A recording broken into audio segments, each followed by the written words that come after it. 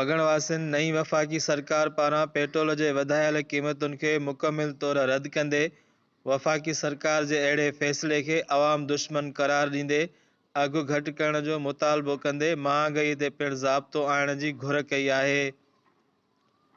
नई वफ़ाक़ी सरकार मां अवाम खे उमेदूं हुयूं त चूंडियल नई हुकूमत महांगाई ते कंट्रोल करे महांगाई जे घाड़े में पीड़जंदड़ अवाम खे मुकमिल तौर रिलीफ ॾेई महांगाई ते पिणु ज़ाब्तो आणींदी, पर वफ़ाक़ी सरकार पेट्रोल जी क़ीमत लॻभॻ 10 रुपया वधाए ग़रीब मिस्किन अवाम मथां पेट्रोल बम उछलाए वेतर महांगाई में इज़ाफ़ो कयो आहे।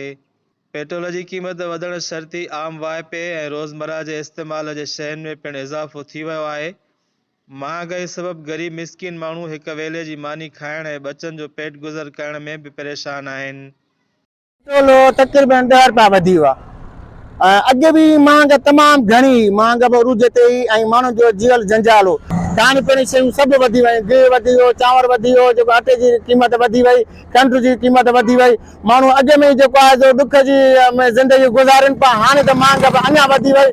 माण्हू जो गुज़र सफ़र ॾाढो ॾुखियो थी वियो आहे। इहो हुकूमत खे असांजो अर्ज़ु ऐं गुज़ारिश आहे, महिरबानी करे पेट्रोल जी क़ीमत ज़ाब्तो आणियो, पेट्रोल जी क़ीमत घटि कयो त ॿियूं शयूं बि जेको आहे घटि थियनि त माण्हू गुज़र सफ़र सही नमूने सां थिए।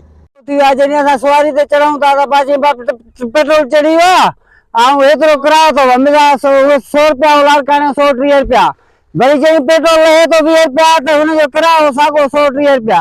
कपिड़े में वञो, कपिड़ो केॾो महांगो आहे, जेको 150 जो मीटर मिलंदो हाणे 400 रुपए जा मीटर आहे। जुती जेका मिलंदी 300 रुपए जा हाणे 700 रुपए जा। असांजो फसल वारो आयो हाणे कणिक जो खपनि था 3000 रुपया मण, हूअं 7000 रुपया बिच मण भरे आयासीं वरितोसीं, हाणे 3000 रुपया।